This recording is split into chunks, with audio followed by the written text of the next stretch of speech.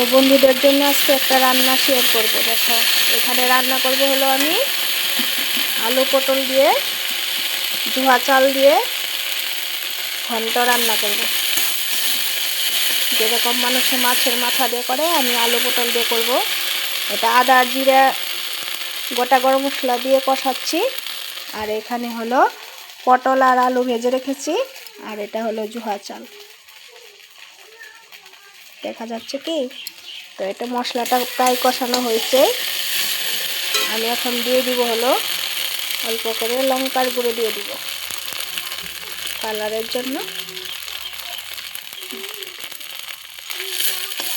দেখো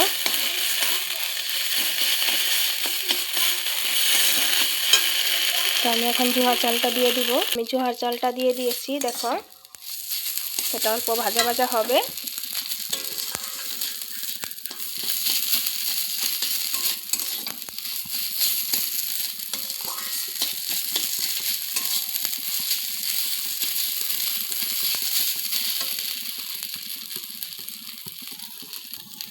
লবণ দিয়ে দিব।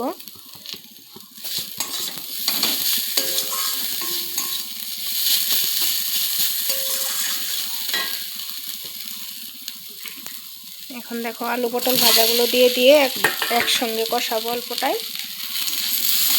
গন্ধটা দারুণ।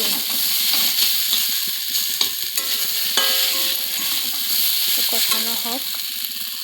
তো আমি কষানোর টাইমে অল্প চিনি দিয়ে দিলাম। এখন জলটা দিয়ে দিব।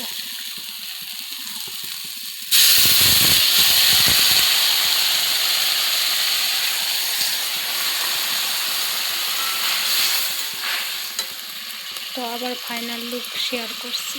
দেখো টকবক করে ফুটছে, প্রায় হয়েই আসছে। তো আমি অল্প ঝুলঝুলি রান্না করব। কারণ আমি আজকে এই একটাই রান্না করেছি, আর রান্না করি নাই। কারণ শরীরটা অনেক খারাপ, 2 দিন থেকে বিছানায় আছি আমি। হয়ে গেছে প্রায়, আর অল্প হবে।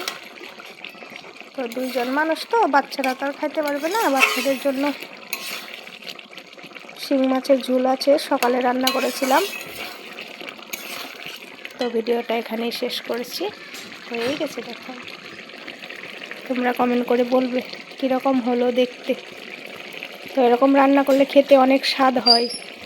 আমি কয়েকবারই রান্না করেছি। Tata bye.